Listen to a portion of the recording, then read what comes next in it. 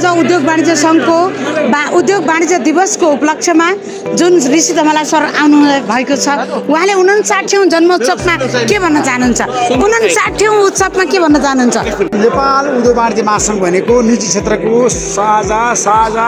सबैको लागि छ नि उद्योगपति व्यापारीको हकको लागि काम गर्ने एउटा संस्था हो उद्योग वाणिज्य महासङ्घको चाहिँ एउटा एजेन्डा छ देशमा समृद्धि विकास उन्नति प्रगति यसमा चन्द्र ढकालले राम्रो काम गर्नु भएको छ उहाँको 2 वर्ष कार्यकालमा उहाँ सफल अध्यक्ष हुनुहुन्छ उहाँको म खुलेर प्रगतिको कामना थ्यांक यू हजुर नमस्ते अनि हार्दिक स्वागत छ यहाँ अहिले हामी होटल याके नीतिबाट प्रत्यक्ष लाइभमा जोडिएका छौं लाइभ कभरेज फ्रम याके नीति र नेपाल उद्योग वाणिज्य महासङ्घको 59औं जन्मोत्सवको उपलक्ष्यमा अहिले वाणिज्य दिवसको स्लोगन राखेर देशको समृद्धताको लागि एफएनसीसीआईले प्रोग्राम अर्गनाइज गरेको छ देशैभरिबाट उद्यमी व्यवसायीहरूको जमघट भव्य सभ्य ढङ्गबाट भइरहेको छ यसै क्रममा अत्तरिया उद्योग वाणिज्य सङ्घका अध्यक्ष श्री कल्याण सिंह बोहराज्यू अहिले हाम्रो प्रत्यक्षमा हुनुहुन्छ साक्षात्कार गर्ने क्रममा म अत्तरियाका ब्रान्डहरूको प्रमोसनको लागि अत्तरिया उद्योग वाणिज्य सङ्घले के कस्तो लबिङ गरिरहेको छ र राष्ट्रिय तथा अन्तर्राष्ट्रिय लेभलमा अत्तरियाका ब्रान्डहरूलाई प्रमोसन गर्ने क्रममा एफएनसीसीआईले कसरी लबिङ गर्दैछ उद्यमी व्यवसायीहरूको के माग रहेको छ र यसलाई सरकारले कसरी सुन्नै पर्दछ भन्ने भोइस यहाँ समक्ष राख्न चाहन्छु बिजनेस भोइसमा अत्तरिया उद्योग वाणिज्य सङ्घका अध्यक्ष श्री कल्याण बहादुर सिंह हजुर के भन्न चाहनुहुन्छ उद्योग वाणिज्य सङ्घको आजको 59औं जन्मोत्सवको उपलक्ष्यमा भन्न चाहन्छु भनेपछि जुन चाहिँ आज एउटा सभ्य र भव्य साल जुन चाहिँ 59औं एउटा हाम्रो वार्षिक उत्सव जुन चाहिँ मनाउनु भयो हाम्रो अध्यक्षज्यू चन्द्रलाल ढकालज्यू लगायत र हाम्रा कार्य समिति मतलब केन्द्रीय कार्य समितिका साथीहरूले जुन चाहिँ बनाउनु भयो तर त्यसमा एउटा कुरो के हो भनेपछि एउटा कुरो के आएन त्यहाँ भनेपछि जुन चाहिँ एउटा व्यवसायका मार्ग के छन् व्यवसायका समस्या के छन् भन्ने कुरो उहाँले गर्नु भएन तर म के भन्न चाहन्छु भनेपछि आज पनि म के भन्न चाहन्छु भनेपछि जुन चाहिँ 25 दिनमा हामीले भेटको पैसा तिर्नु भनेपछि उहाँले चाहिँ 15% र 25% चाहिँ फाइन लगाउने चाहिँ व्यवस्था छ यो खारिज होस् मेरो यही धारणा छ अवश्य पनि हाम्रा उद्यमी व्यवसायीहरूको माग रहेको छ 25% को जुन छुटको व्यवस्था हुनै पर्दछ देशैभरिका उद्यमी व्यवसायीहरू सडक तताउन सदन तताउन सिंहदरबार घेर्न नपरोस् भन्ने यहाँको आवाज एकदम किनभने चाहिँ कम्तीमा त्यसलाई फराकिलो बनाओस् 2 महिना 3 महिनाको टाइम दियोस् ठिक छ उहाँले चाहिँ मतलब कि लिनु पाइयोस् सरकारले लिनु पाइयो सरकारको एउटा नीति नियममा त्यो पर्छ तर अलिकति टाइमको चाहिँ व्यवस्थापन होस् भन्ने मेरो चाहना हो मैले चाहना गर्दै हजुर अवश्य पनि उद्यमी व्यवसायीले आफ्नो ऋणको कर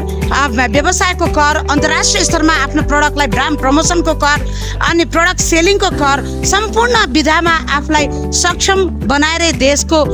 ढुकुटी भर्ने काम उद्यमी व्यवसायीले गरिरहेको हुन्छ तर फाइन लगाउने जरिवाना लगाउने लागि पनि 35 दिने सूचना जारी गर्नुपर्दछ 25% छुटको व्यवस्था होस् भन्ने व्यापारी व्यवसायीहरूको माग रहेको अवस्थामा कति सरकारले यदि नसुन्ने हो भने अहिलेको पोलिटिकल इस्युमा सदन र सडक तातिरहेको अवस्थामा फेरि व्यापारी व्यवसायीहरू सडकमा उत्रिन नपरोस् एफएनसीसीआई सीएनआई एफओइन विभिन्न हस्तकला महासङ्घ विभिन्न देशैभरिका यस्ता उद्यमी व्यवसायका वाणिज्यका सप्लायर्सका जुन च्याप्टर विन्सहरू छन् त्यसबाट नै लबिङ भएर समस्याको हल होस् हामी मिडिया यही चाहन्छौँ यसै कारणले गर्दा कल्याण सिंह बोहराज्यूलाई पनि आफ्नो भोइसको लागि हार्दिक धन्यवाद व्यक्त गर्न चाहन्छौँ र एफएनसीसीआईले यो जुन व्यापारी व्यवसायको माग अध्यक्ष चन्द्रप्रकाश ढकालज्यूको लबिङमा अवश्य सफल रहोस् हाम्रो तर्फबाट हार्दिक शुभकामना गरेको काम एकदमै राम्रो गर्नुभएको छ उहाँले एकदम राम्रो गर्नुभएको छ चन्द्रलाल ढकालज्यूले एकदमै हाम्रो व्यवसायको पक्षमा उहाँले चाहिँ हरेक कुराहरू हो धेरै कुराहरू चाहिँ मतलब कि उहाँले नीति नियममा ल्याउनु भएको छ सरकारसित तर यो पनि होस् जुन चाहिँ 25 दिनमा 1 महिनाको 25 दिन भनेर केही होइन 1 महिनाको 25 दिन सामान्य कुरा तर त्यसलाई 3 महिना बढायोस् 3 महिनापछि उसले 25% ल्याओस् भन्ने हामी व्यवसायीहरूको धारणा हजुर, आजको जुन 59औं जन्म उत्सवको दिनमा देशैभरिबाट पाल्नुभएका सम्पूर्ण उद्यमी व्यवसायीहरूको एउटै माग रहेको छ, यो 25% छुटको व्यवस्थामा अवश्य पनि छुटको व्यवस्था होस् र जरिवाना नलगाइयोस् भन्ने व्यापारीहरूको मागलाई हाम्रा प्रधानमन्त्री श्री केपी शर्मा ओलीज्यूले सुन्नै पर्दछ। अवश्य पनि सिएनआई र एफएनसीसीआई को लबिङमा रहेको यो उद्यमी व्यवसायीहरूको माग पूरा भयो भने अवश्य पनि देशमा आक्रान्त हुने छैन। यस अहिलेको 59औं जन्मोत्सव मनाइरहेको एफएनसीसीआई का अध्यक्ष श्री चन्द्रप्रकाश ढकालज्यू लगायत सम्पूर्ण टिमको लागि हार्दिक मङ्गलमय शुभकामना। यो टपिक्समा व्यापारी व्यवसायको माग पूरा होस्, हाम्रो तर्फबाट हार्दिक मङ्गलमय शुभकामना। हजुरको सुना,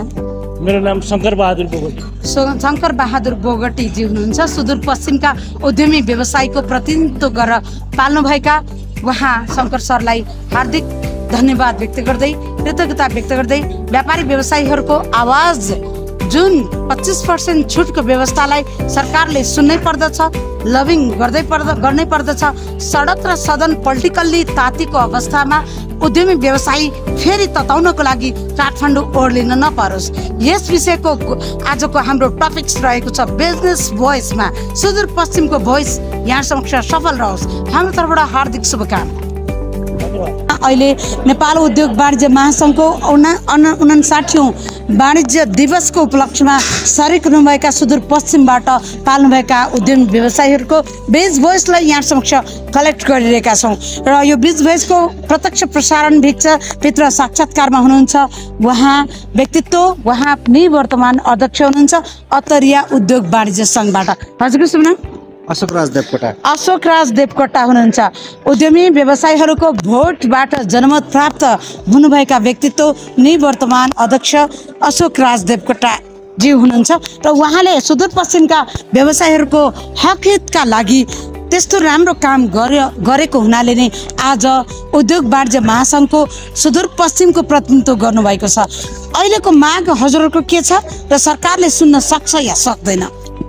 एकदम स्योर, हजुरलाई एकदम धन्यवाद छ यो अवसर दिनुभयो अनि त्यसलाई धेरै धन्यवाद छ। अहिलेको यो सरकारले चाहिँ अब यो जुन अहिलेको यो आर्थिक तरलता छ त्यसका लागि चाहिँ अब हामी व्यापारीहरू चाहिँ एकदम मारमा छौँ। विगतमा चाहिँ हजुरको कोभिडले गर्दाखेरि पनि एकदम व्यापार व्यवसाय छलफलको अवस्था थियो होइन, त्यसबाट चाहिँ अलिकति माथि उठ्न खोजिरहेको थियौँ हामी व्यापारी व्यवसायहरू। त्यहाँबाट पनि अब अलिकति अब गाह्रो अवस्था छ हामीलाई चाहिँ एकदम व्यापार व्यवसाय सञ्चालन गर्न पनि गाह्रो छ, ब्याजदेखि लिएर सबै कुराहरू छ होइन। त्यसो भएर चाहिँ अब हामी अब प्रयासरत छौँ व्यापारी व्यवसायहरूलाई चाहिँ अब एकदम हामीले चाहिँ अब त्यो इन्करेज गर्ने कामहरू गरिराखेका छौँ। हजुर, उद्योग वाणिज्य महासङ्घको च्याप्टर कञ्चन हो सुदूरपश्चिमको जुन अत्तरिया उद्योग वाणिज्य सङ्घ, जसको पूर्व अध्यक्षको रूपमा निवर्तमान अध्यक्षको रूपमा अशोक सर हुनुहुन्छ र अहिलेको चाहिँ वर्तमान अध्यक्ष कल्याण सिंह बोहराजी हुनुहुन्छ र जुन सुदूरपश्चिमको व्यापारी व्यवसायीहरूको आवाजको लागि निकै नै चुनौती छ। इन्डियाको बोर्डरमा रहेको यस ठाउँमा एफएमको उद्योग त्यस्तै स्थानीय प्रडक्टहरूको इन्डियन बोर्डरको कारणले गर्दा त्यहाँको ब्रान्ड प्रमोसनको लागि धेरै गाह्रो अवस्था, चुनौतीको अवस्था र सुदूरपश्चिमका प्रडक्टहरूलाई देशमा देशव्यापी रूपमा मात्र होइन अन्तर्राष्ट्रिय रूपमा पनि यसलाई सबलीकरण गर्नका लागि एफएनसीसीआईले लबिङ गर्न सकोस्, यही उहाँहरूको माग रहेको छ। धन्यवाद अशोक सरलाई, थ्याङ्क यू। हजुरलाई पनि धन्यवाद, थ्याङ्क यू।